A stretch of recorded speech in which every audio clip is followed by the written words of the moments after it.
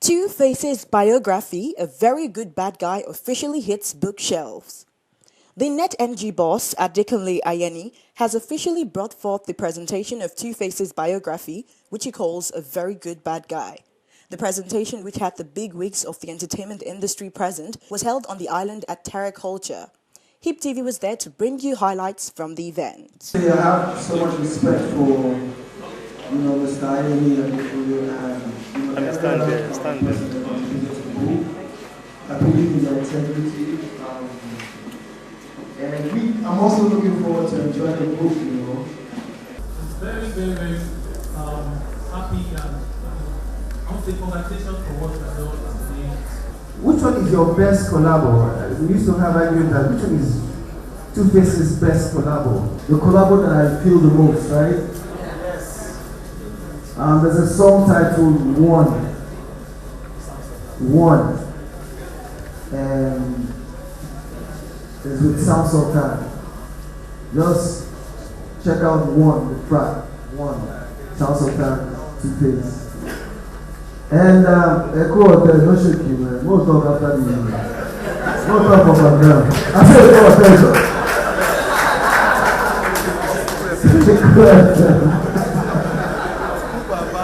I know how close you guys are, but how different you can be. So who really is a very good bad guy? Do you want to be one? Well, in this context, like you said before, the initial idea of the title of the book, guilty but innocent. You understand? Like you said, his name from the inception, 2FACE, two sides to the book, two sides that complement one person. So right now, when you say this guy a bad guy, you are saying it's good. You are trying to say, that's what they say nowadays, the millennials. They say, the fact that he can step out of himself, the big superstar, the big, rock star, and sometimes almost be like a child and look at all of these things happening like he's a passenger, like he's not part of the story, like he's just a guy who's watching, Some people have asked me, does this guy know how big he is? And my answer has always been, not really, right? And when I say he doesn't really know how big it is, it's not PR talk, it's not a joke. Oftentimes, you have to remind innocent Idibia that he's actually 2FACE Idibia. Whether she's your personal or, mother, how were you able to trace back and also work back and you guys got together in a relationship again? There's one thing about life is, if you're wrong, you apologize. If you feel something, you express yourself.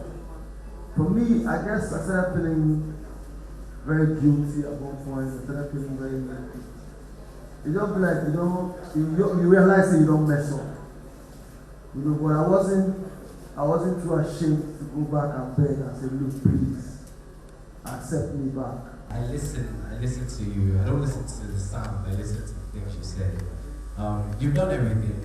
Wife, beautiful kids, house on the beach, great music, album, you've been there, international collabos and everything, and a book. What's next? The place, I just started playing there.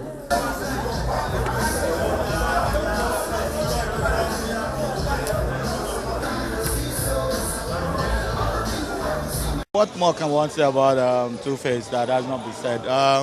Obviously, it's standard whatever when you say he's very down to earth, very humble, very funny guy, very plain, very good-hearted person. I don't even think 2FACE is capable of thinking evil, So he's just a great guy, There's no other way to put it.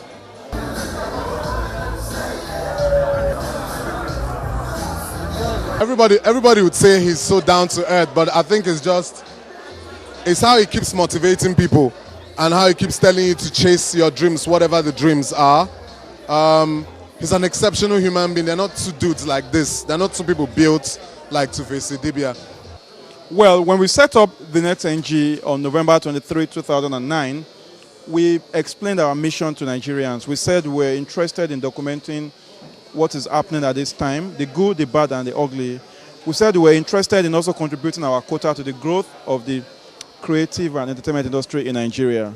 And I think that this is one of such projects. In 2013, we set up the Nigerian Entertainment Conference to bring people together and talk about problems and solutions in the creative industry. But as I said this year at the conference, we don't want to talk about problems alone. We want to talk about solutions that different people are doing. That month, we announced Ori, our music site. A few months later, we started to conclude work on this. So for me, it's one of the projects that we've taken up to do as our own contribution to the development of the Nigerian entertainment industry.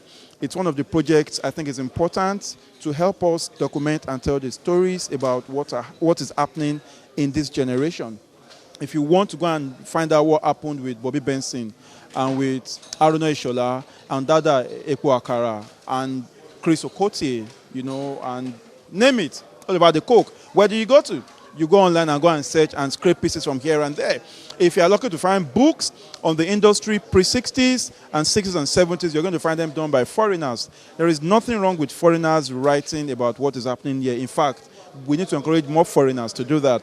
But the Nigerians who understand what is happening, who have a first-hand experience about what is happening, need to also be encouraged to do this.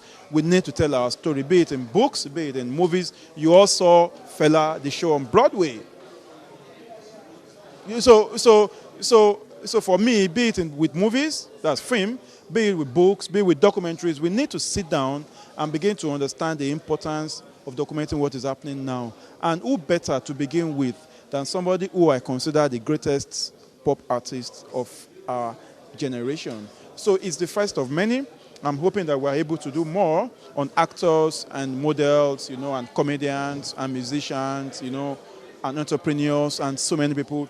I'm hoping we are able to, for example, do a biopic on somebody like The Banj or on somebody like King Sunny Ade. I'm hoping that we can tell these stories well to encourage those that are coming behind, to provide materials for those interested in research, and most importantly, to celebrate the greatness that comes from within us.